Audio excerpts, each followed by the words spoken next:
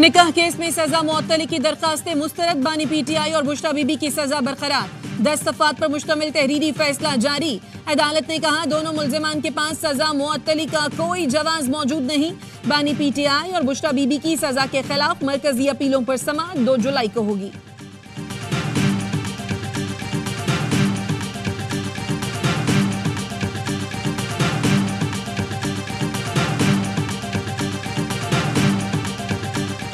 निकाह केस को सियासी रंग दिया गया, अपीलें मुस्तरद होने का फैसला चैलेंज करेंगे। ऑपोजिशन लीडर उमर अयूब कहते हैं जब तक बानी पीटीआई समेत दीगर पार्टी रहनुमाओं को रिहा नहीं किया जाता बातचीत नहीं होगी। बैरिस्टर गौहर ने कहा गैर अखलाकी मुकदमे के अहदाफ मुकम्मल तौर पर सियासी हैं। फैसला बानी पीटीआई और उनकी अहलिया के खिलाफ इंतकामी सिलसिले को दवाम बख्शेगा।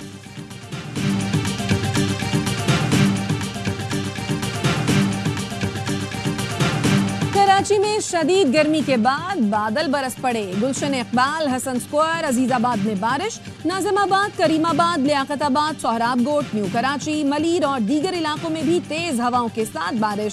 सागर, मीरपुर खास में मूसलाधार बारिश। नवाबशाह में मिट्टी का तूफान, कई दरख्त, साइन बोर्ड गिर गए। कराची के मुख्तलिफ इलाकों में 240 फीडर स्ट्रिप कर गए। बिजली की फराहमी मुअत्तल।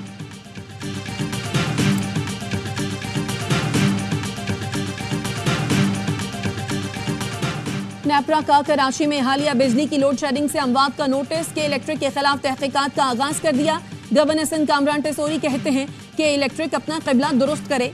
शहर में बदतरीन लोड शेडिंग की जा रही है, ऐसा कदम उठाने पर मजबूर न करे जो आईन और कानून के खिलाफ हो।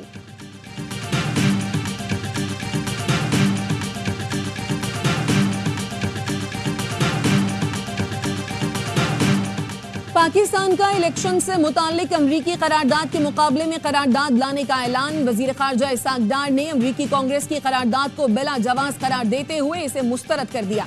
कहा जवाबी करारदाद का मुसव्वदा तैयार है, ऑपोजिशन से भी मुशावरत करेंगे।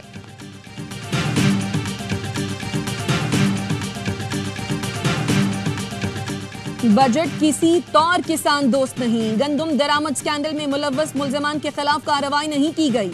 असद कैसर का कौमी असम्बली के बजट इजलास में इजहार ख्याल। कहा वजारत फूड सिक्योरिटी अपनी जिम्मेदारियां पूरी करने में नाकाम रही।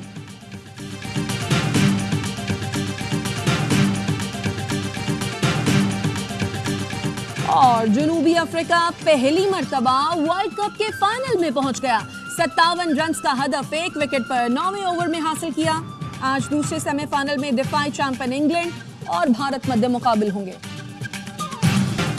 उसने थ्रू आउट अपने आप को पीटीआई का डिक्लेयर किया, उसने सर्टिफिकेट्स भी दिए, बिल्कुल उसने विड्रॉल भी नहीं की। आपने इसको अदर देन पीटीआई कैसे ट्रीट? सर ये 13 को उनसे कहना पार्टी अफिलिएशन सर्टिफिकेट ले आओ, how could they bring it when the party could not contest the election? Absolutely, we don't want to eliminate PTI from the electoral fray. Your election program is kicking in. Election commission ने फैसले की गलत तशरीह करके अहम party को इंतखाबात से निकाल दिया। पीटीआई को इलेक्शन से बाहर करके आर्टिकल 17 से इनहराफ किया गया। मखसूस नशिस्तों से मुतालिक अपील में जस्टिस अतर मिनल्ला के रिमार्क्स। बोले इलेक्शन कमीशन ने कहा सुन्नी इत्तेहाद कौंसिल गैर मुस्लिम मेंबर को तस्लीम नहीं करता। ऐसी ही शिक JUI के मंशूर में भी है, उन्हें तो मखसूस नशिस्तें दे दी गई। जस्टिस आयशा मलिक ने इस्तफसार किया क्या इलेक्शन कमीशन सब जमातों को मखसूस नशिस्तें देने के लिए मंशूर देखता है, सिर्फ सुन्नी इत्तेहाद कौंसिल का मंशूर क्यों देखा गया?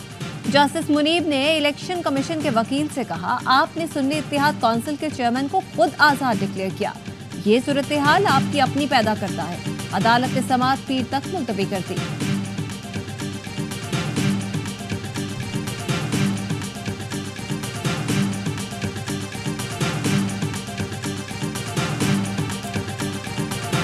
शादी करना चाहे उसकी अपनी चाहत है, लड़की को भी रजामंद होना चाहिए, तो दोनों बातें होंगी ना। इधर तो एक वो अपनी वाबस्तगी स्टैच्यू डिक्लेरेशन में अगर एक चीज़ एक बता रहे हैं जी, हो सकता है सियासी पार्टी चाहे कि नहीं आप मेरे कैंडिडेट बनो। जिस तरह शादी के लिए लड़की की रजामंदी जरूरी है, उसी तरह पार्टी से इंतखाब लड़ने के लिए मुंसलिक होने का सर्टिफिकेट चाहिए। चीफ जस्टिस काजी फाइज ईसा के रिमार्क्स। कहा सर्टिफिकेट तहरीक इंसाफ, नजरियाती और डिक्लेरेशन पीटीआई का दें तो कानून क्या कहता है। मुख्तलिफ शहरों के आरओज अपने तरीके से काम करेंगे ना। इलेक्शन कमीशन के वकील ने कहा, उम्मीदवार की डिक्लेरेशन और पार्टी के साथ वाबस्तगी जाहिर होना जरूरी है। चीफ जस्टिस ने पूछा, क्या आप किसी को इंतखाबात से बाहर कर सकते हैं? इलेक्शन कमीशन ने मामले को इंतखाबी निशान से कंफ्यूज क्यों किया? इलेक्शन कमीशन की अदालत को दिए दस्तावेजात में तनाज़ा है। मुझे आपका जवाब समझ नहीं आ रहा। कुछ हकाइक वाज़े होते हैं जिसके लिए आपका या मेरा बोलना जरूरी नहीं।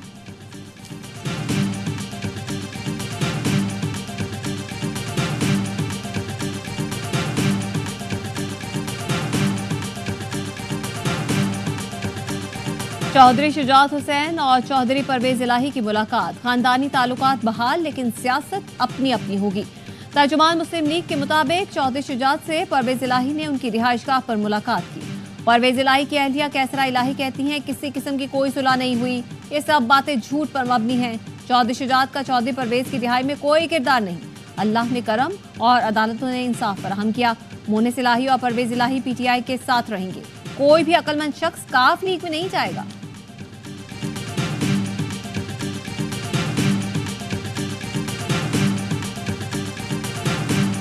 मुझे पता है यहाँ 90% से ज्यादा लोगों ने ये मैनिफेस्टो पढ़ा तक नहीं होगा। खैर, मुझे ये भी पता है। ये जो लिखा हुआ है ना, चुनो नई सोच को, ये था पीपल्स पार्टी के मैनिफेस्टो का स्लोगन। सिंध हुकूमत ने पता है क्या समझ लिया? पढ़ देता हूं मैं दोबारा। चुनो नई सोच को। सिंध असेंबली में ऑपोजिशन लीडर ने पीपी हुकूमत पर तंज के तीर चला दिए। अली खुर्शीदी ने जाले रहनुमा पर तंज के तीर चलाए। कहा, कुछ जमातों के साथ मंशूर पढ़े, सबसे बेहतरीन पीपी का लगा। लोग तो सोचते होंगे इस जमात। सिंध हुकूमत अपनी क़यादत की ही बात नहीं सुनती, मंशूर के खिलाफ काम कर रही है। हुकूमती अरकान ने कहा, ये टैक्स फ्री बजट है, इन्हें जो लिख कर दिया गया वो पढ़ दिया। टैक्स नहीं लगाया तो ये फाइनेंस बिल क्यों लाया गया है?